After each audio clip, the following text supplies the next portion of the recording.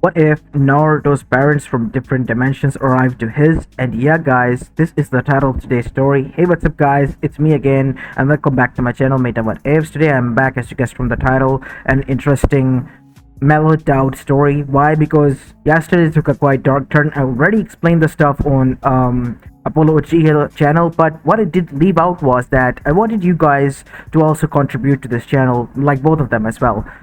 I'm currently gonna focus on something like more Naruto centric stories. Like within Naruto world, we can build stories. So yeah, how about we focus on that, and you guys can help me with that as well. And one dude gave me an idea like how about I pick three ideas and we put them on a poll, and then I make a story. Usually I will do this after both of the stories will go live if I pick out the ideas and find them nice as well. Until then, you might have to, bear with my stories or some other ideas that I like from the comment section. Let me know in the comments what you guys think about this, and if you have any suggestions for Naruto Worlds centric story, no crossover or other edition, then yeah, maybe we can have some fun, because we are trying to mellow down the darkness that we caused yesterday.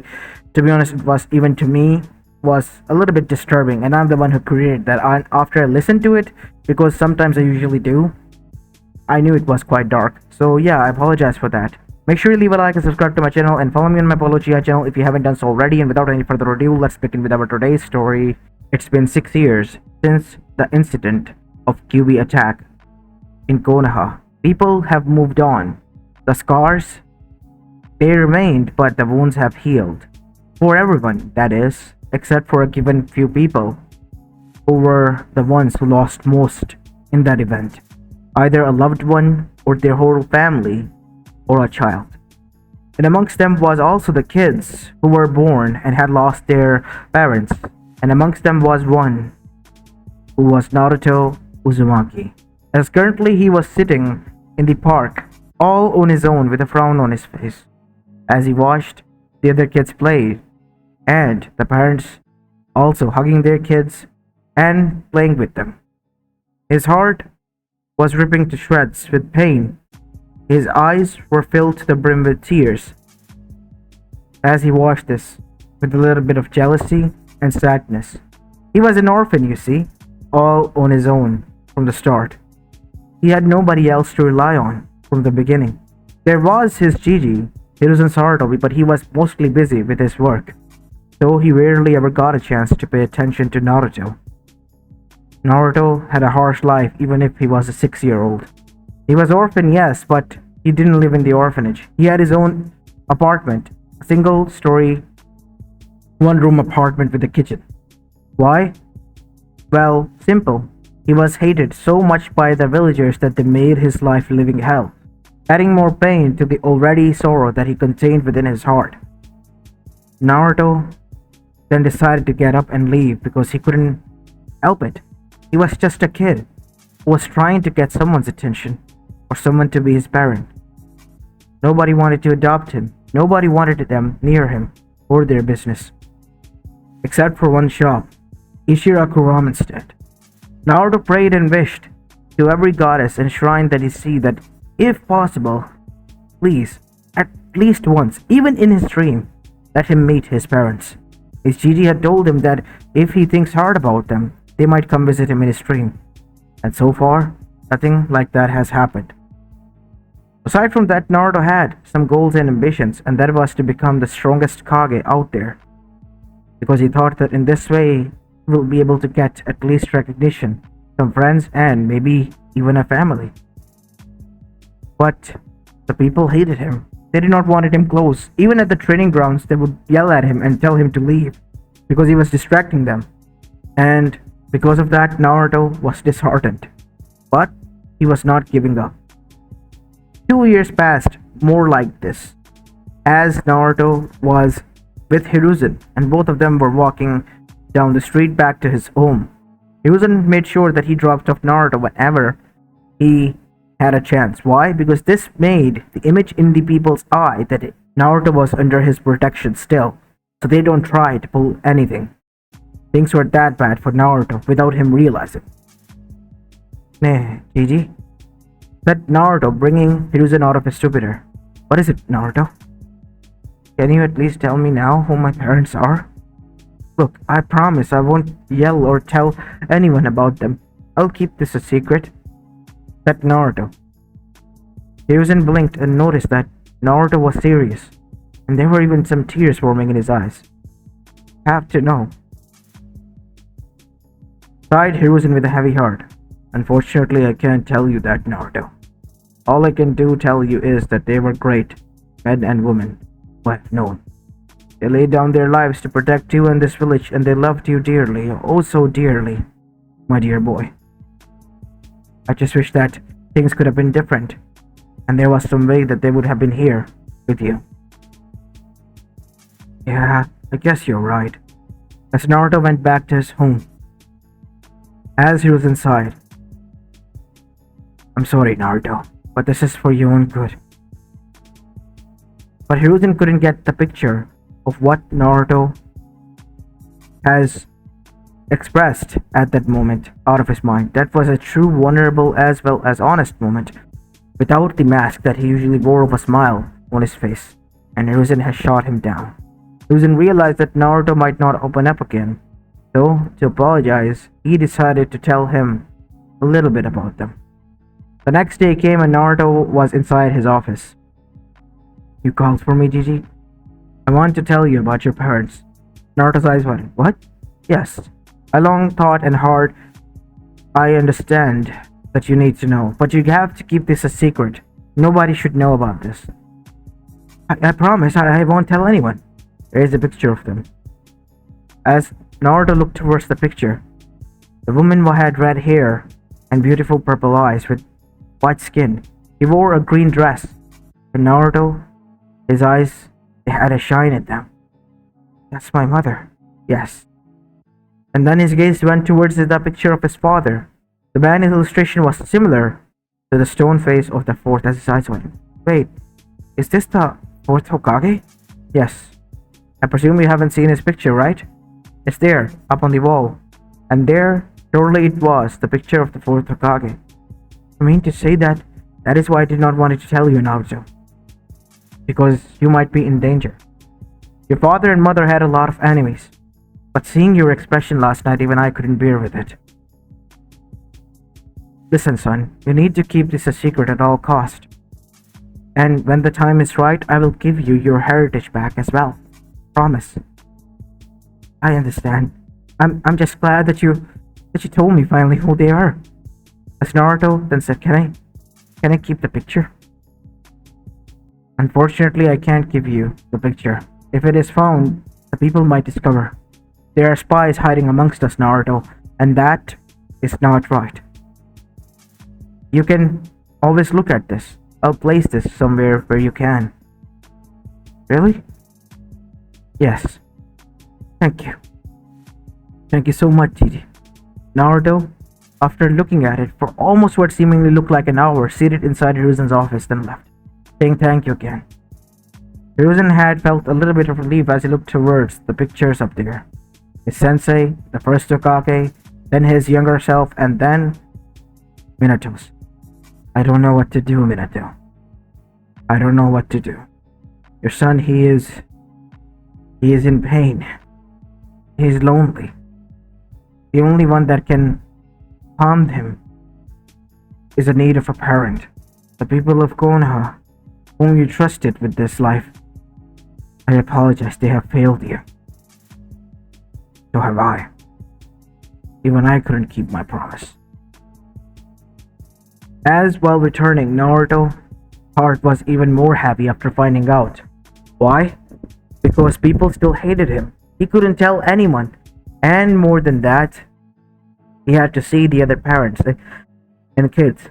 And this pulled something within his heart. The desire to have his own parents. Time passed. Naruto was finally in the academy and has so far kept the secret.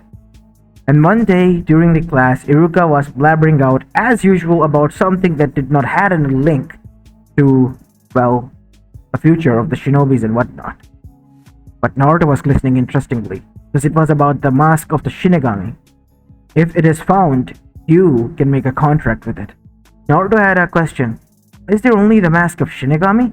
Well, Naruto, it's quite a surprise that you asked, but I'll tell you.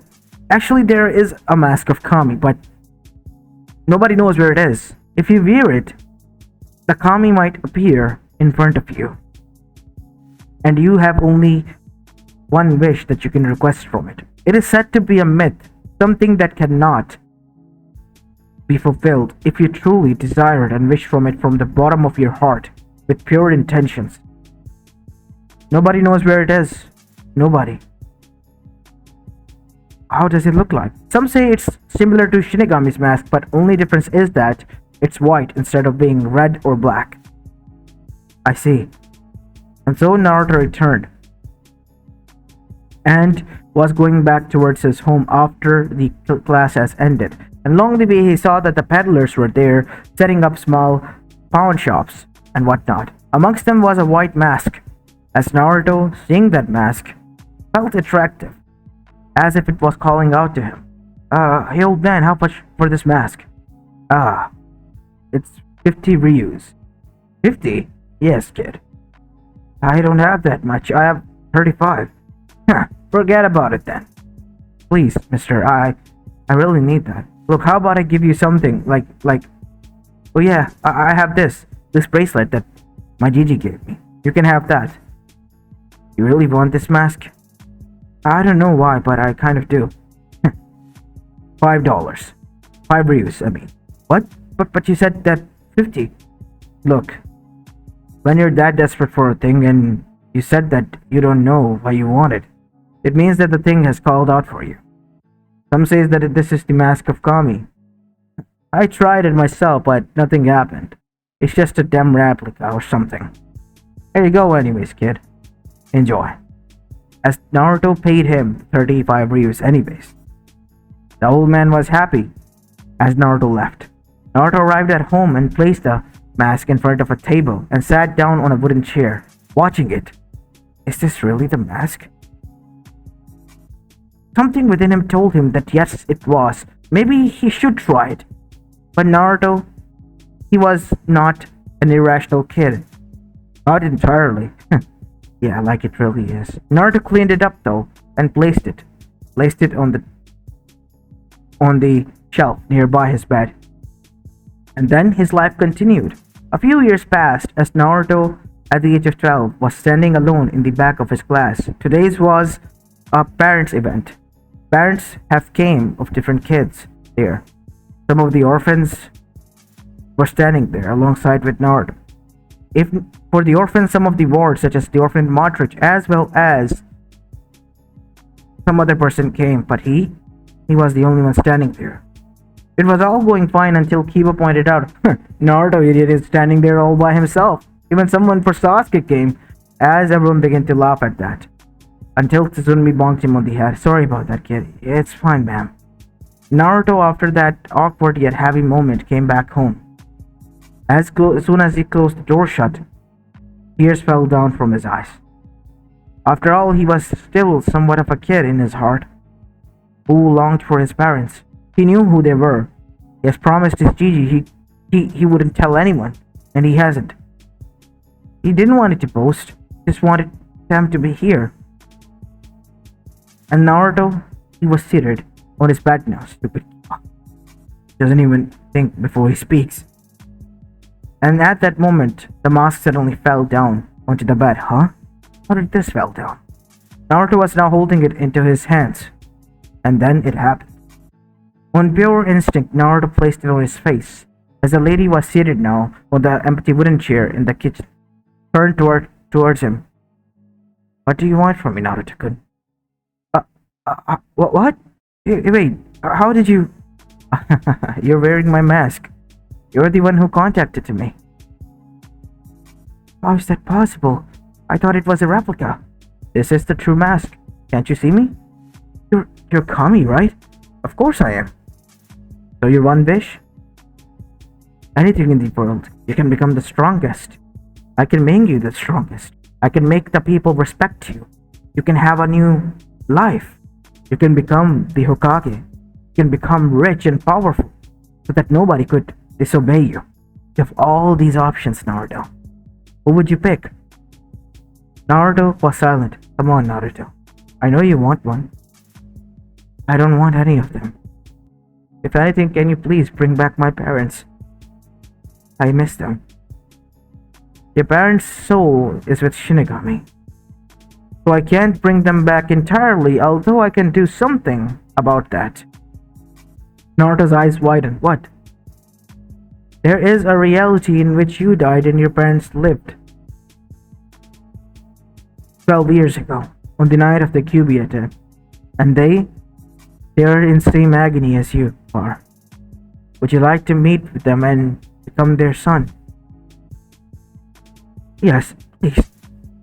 Now I can't send you there, but they can be brought here. So that is what I'm gonna do. And with a snap of her finger, Kami and the mask disappeared, and Naruto found, instead of both, standing in front of him, a confused couple. The same one that he saw in the picture, his parents. Naruto's breath was hitched as he looked at them. Where are we, Minato? What is this apartment? We were in my office. As that is when their gaze fell on the boy. The one with the blonde hair, blue eyes, the whisker marks on each side of his face. Kushina, her maternal instincts kicked in. Naruto? She said, her breath hitched as Minato froze. He yelled out Kai 3 times, shocking Naruto for a bit. And he was confused. How is this possible? As on the other side, what they did not notice was that Hiruzen was alerted alongside with the Anbus because of the chakra burst that Minato released to get out of Genjutsu. It was a familiar chakra, so obviously they'd realized that could not be. They arrived only to find Minato and Krishna standing there. Who are you two, and why are you impersonating the fourth and his wife? What are you talking about, Hiruzen-sama? It's me, Minato. They're real. I'm telling you the truth. They are real, said Naruto. What are you talking about, Naruto? I used the mask. What mask? The Kami mask. It's just a myth. I had it. That is why they're here. Their son died. Isn't that right? You're not our Naruto? No. My parents are dead. I just couldn't bear it anymore. I wanted someone. My own parents. I bought that mask on an impulse, thinking that it was just a decoration, and I thought it would fail. I did not knew it would succeed. When the Kami offered me, I chose you. I wanted to live with my parents. Hiruzen was shocked. We need to confirm this. After a lot of tests and medical checks, and even the mind-walking techniques was finished, Inuichi and everyone else confirmed that they indeed were Minato and Kushina, and they have been from a different timeline. From the same timeline, but from a different world. But in their world, the boy had died alongside the Kyuubi, but they had survived. As Kushina came close to him alongside with Minato. Listen, Naruto, if you want us, we can. I would love to. If you would have me. Why wouldn't we, son? You're our son. As both Minato and Kushina hugged their son tightly, and the family cried. The son who yearned for a bunch of parents, and the parents who yearned for a child, both of whom have lost one another in different dimensions, were now united as one. Hiruzen was happy, and so was the Elemental Nation. Konoha, when it was revealed to them that Minato and Kushina was back from the face of death. And Minato was going to retake the position, but Minato denied. This position belonged to this world's Minato. I would rather have this position passed down to someone else. And Jiraiya was called back immediately, and he cried, hugging Minato. And then they came to a conclusion that Tsunade would need to become the Kage. So early on, when Naruto was 12, Tsunade became the Hokage. And because of this, many of the enemies were afraid now. They tried to attack, such as an organization known as Akatsuki for unknown reasons, Orochimaru with his Otogakure forces, and even Iwa, but they all failed. Minato this time did not hold back. He was no longer holding back. He lost his son already. He was not gonna hold back since he had a chance to live a life with his son. He was gonna fight all hard. Similar with Kushina, and same with Naruto. They were trying their best to be with one another. They had been separated, yearned for one another. They were not gonna go down without a fight, and they didn't. In the end, after all these humiliation defeats, the nation surrendered, and Konoha had once more emerged victorious. People cheered on, but Naruto didn't forget what they have done, neither did Minato and Kushina, so they moved out of the Konoha village near its border. And there, they built a small home with protective seals and whatnot. Only their trusted allies were allowed to get in. And Naruto, he was never boastful. He was never egotistical. He was always humble because he knew what he had lost and what he had gained. And one should always respect when that happens. And he was going to begin his life living with his parents happily ever after. As this is where I'm going to be living the story of, guys. I hope you enjoyed this one, and if you did, then make sure you leave a like and subscribe to my channel if you like the content of this channel, and follow me on my Apologia channel as well. And yeah, this is it for the day. I'll see you in the next one. Peace.